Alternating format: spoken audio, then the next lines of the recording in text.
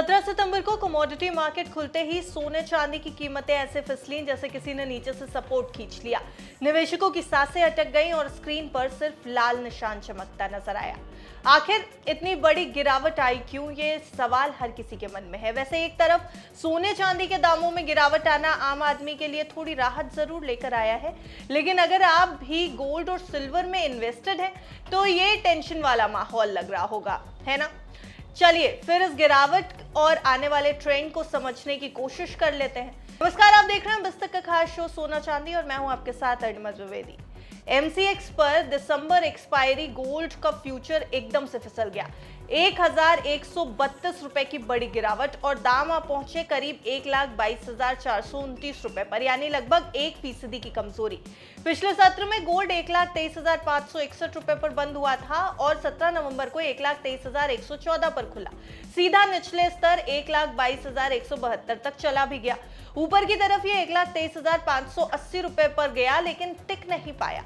इसी तरह चांदी भी भरभरा कर टूट गई। एक झटके में लगभग 2,000 रुपए की गिरावट और भाव छू गए 1,53,310 रुपए प्रति किलो का लो। यानी दोनों की चाल ने साफ बता दिया मार्केट में प्रेशर है और तेजी के बाद अब एक कूलिंग ऑफ मोड चल रहा है। आम भाषा में आपके और हमारे लिए कहें तो कंसोलिडेशन का फेज है। अब ग्लोबल मार्केट की बात करें तो वहां मिक्स सिग्नल दिखे। स्पॉट गोल्ड मामूली सा 0.1% बढ़ा $4,083 प्रति ऑन्स। और याद रखिए कुछ ही दिन पहले गोल्ड $4,200 का रिकॉर्ड तोड़ चुका था, पर अब धीरे धीरे $4,050 के सपोर्ट की ओर फिसल रहा है। यहाँ पर गिरावट के बड़े कारण भी साफ हैं। सबसे पहले अमेरिकी फेडरल रिजर्व फेड के अधिकारियों की सख्त टोन से दिसंबर में रेट कट की उम्मीदें काफी कम हो गई हैं। पहले जहां 85 से 90% की संभावना थी, अब ये सिर्फ 45 से 70% रह गई है। दूसरा, अमेरिका में 40 दिन का शटडाउन खत्म हुआ है, जिससे सेफ हेवन डिमांड कम हो गई है। और तीसरा, डॉलर इंडेक्स मजबूत है और गोल्ड ईटीएफ से लगातार आउटफ्लो हो रहा है। जहां एक तरफ इनफ्लो आता था, अब वो आउटफ्लो में बदल गया है।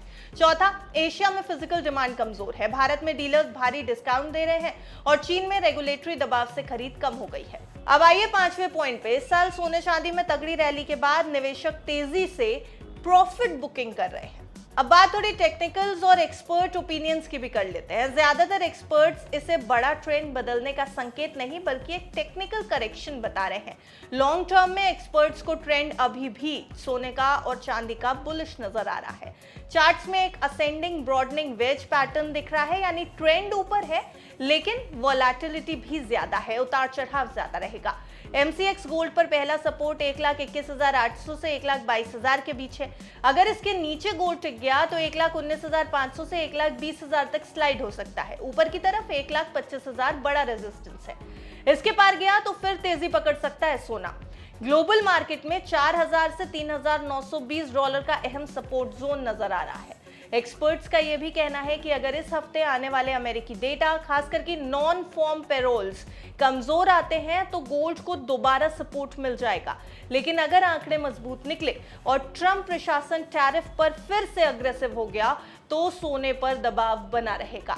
कुल मिलाकर ये गिरावट किसी ट्रेंड रिवर्सल जैसी नहीं लग रही। 2025 की शानदार तेजी के बाद ये महज एक हेल्दी पुल बैक नजर आ रहा है, एक छोटा सा ब्रेक। लॉन्ग टर्म निवेशकों को घबराने की जरूरत नहीं है, ऐसा एक्सपर्ट्स का ओपिनियन है। शॉर्ट टर्म ट्रेड्स 1,21,800, 1,22,000 के नीचे स्टॉप लॉस के साथ शॉर्ट कर सकते हैं और 1,25,000 के ऊपर ब्रेकआउट मिले तो लॉन्ग पोजीशन बन सकती है। यह एनालिस्ट का व्यू है। अगर हम इस पूरी रिपोर्ट को आपके लिए समराइज करें तो सोना चांदी का बड़ा बुलरन अभी खत्म नहीं हुआ।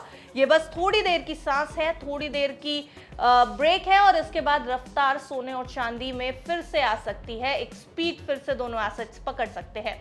तो फिलहाल सोने और चांदी का ये पूरा आउटलुक हमने आपके सामने रखा है।